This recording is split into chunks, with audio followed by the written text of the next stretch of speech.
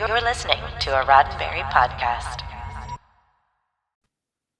Welcome back to Engage. It's Hump Day, and Hey. we Whoop, are whoop. engaging with your comments. I'm John, I'm Norm. and is what we do. You email us, you leave us comments, you critique us, and then we get to talk to each other about it and share it with the world. And figure out if any of this stuff makes the sausage. Yeah, Right. yeah. So let's see. Yeah. We have an email today, hot off the press email. Oh. And, yeah, Very yeah. nice. What do we have? Yeah. So we have an email from Kali. I hope I pronounced that right. I think it's Kaylee, but Or Kaylee. could be. We're just going to get it wrong. That'll be the next email from I'm going to Kaylee take two or takes Kyle. here. It's like, we have an email from Kaylee.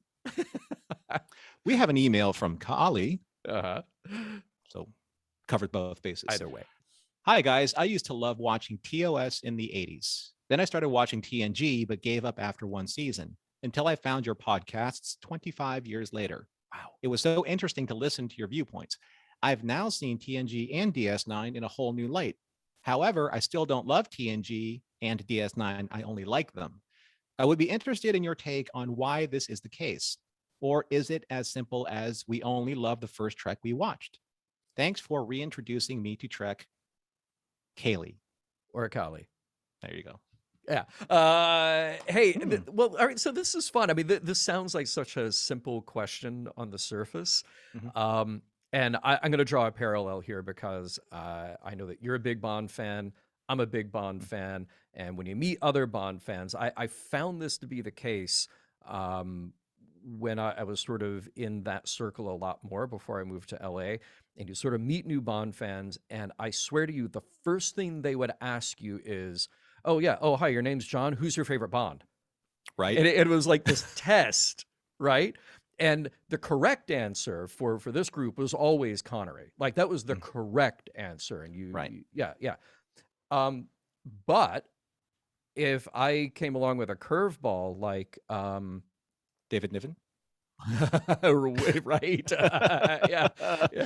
Peter Sellers, yeah, Exactly. No, if I came along with a curveball and said like, I think Timothy Dalton was underused, underused and underappreciated, but I think that The Spy Who Loved Me is just a perfect movie.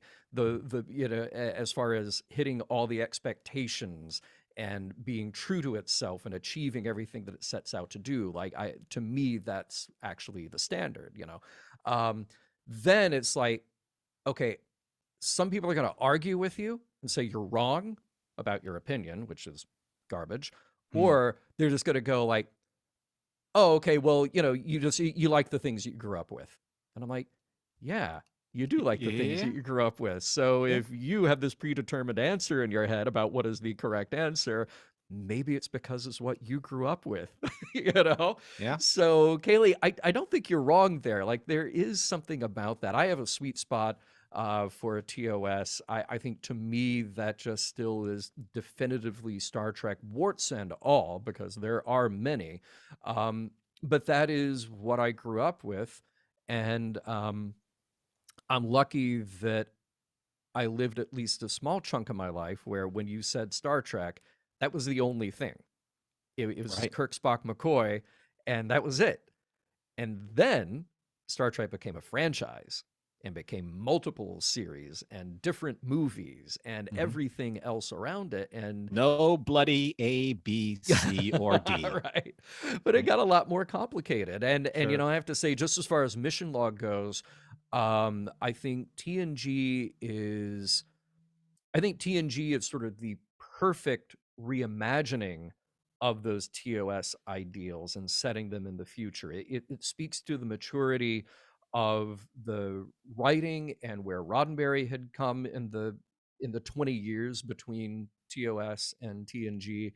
I think it's much more capable in expressing the ideals of the Star Trek future to the audience.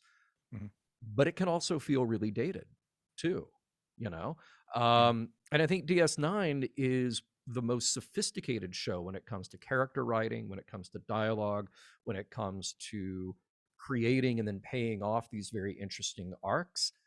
Not in every case, but in many cases. Um, but I can also tell you that it's not going to be my favorite when I try to assess all of those. But that said, they all serve different purposes for Right. different expectations. Hmm. What about you, Norm? I think that one thing that maybe is also part of this equation, and I'll tell you a bit of a personal story of mine, Kaylee or Kali. My best friend Todd is a diehard original series fan, and I have tried tooth and nail to try and get him to try Star Trek: The Next Generation, Deep Space Nine up to a point, Voyager up to a point, Enterprise up to a point. I've sent him my DVD collections. I have bugged him ad nauseum about just giving it a try, watching certain YouTube videos, watching certain episodes that are, on Pluto or etc. And he said, I don't have anything against any of those shows. I just find the original series, it gives me the highest entertainment value for the time that I have to watch Star Trek.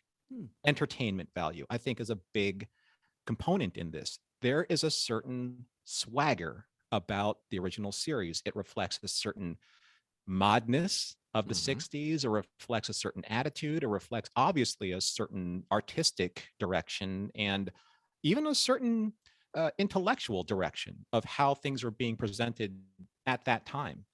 So there is a certain romanticism about going into the past, into the 1960s. I mean, John, you love Man from Uncle. I love Mission Impossible. Yeah. Right? Those are like, so far, in the flavor of the spy genre, away from each other, but at the same time, though, they both reflects kind of like where the 60s are at with the spy genre, and obviously Connery's Bond. So there is something to be said about, it's just easy to digest, entertaining, and at the end of the day, not very heavy. I mean, obviously there are heavy episodes, Balance of Terror, Conscious of the King, Galileo 7, etc. But I think people just like to be entertained and then just leave it at that. I think that's just as simple as that. They just want to watch TV, have a good time, maybe come away with a meaning, moral, or message, and then just turn the TV off and go about their day. I think there are people out there, maybe Kaylee, you're one of them. That's why maybe TNG or DS9 doesn't really resonate, because they are maybe a little bit more demanding of your time and of your emotional and spiritual connection to the show. Kaylee, I'm just saying, look, embrace, and enjoy what you like. There's no obligation to it. We talked about this last week. There's no obligation to other series, particularly the ones that you don't like. For myself, I don't like to burn up a lot of my time on the things that I don't enjoy. So now, Norman, you and I are a little bit different. We're doing this show, so we are always going to watch all Star Trek. But that said, for your leisure viewing, it's totally different ballgame. That's all up to you. Yeah.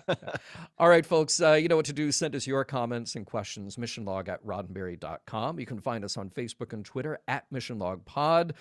Subscribe to the Mission Log Engage playlist here at YouTube on youtube.com/roddenberryprod or Roddenberry Entertainment.